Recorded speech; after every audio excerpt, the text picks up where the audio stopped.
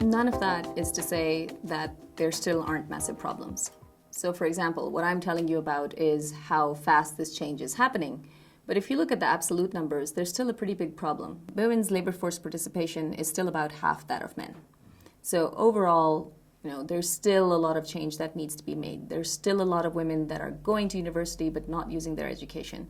There's still a lot of women that are at home and in structures where they don't even necessarily want change. There are a lot of lower income women that are not getting the same opportunities.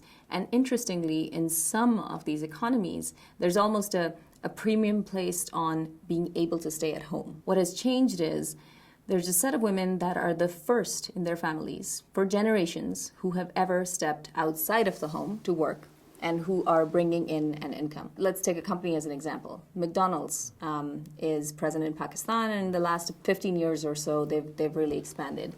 And they've made it a deliberate policy to try to bring in some of these women from lower income families who have all got their first undergraduate education or are in the midst of doing it, but they all come from families where their mothers have never worked, where none of their cousins, aunts, nobody has worked. So there is no role model of somebody working, but at the same time, they're getting an income, they're getting a very safe workplace, they're getting transport to the workplace, and so somehow the families, after understanding what that model means, are actually starting to accept it.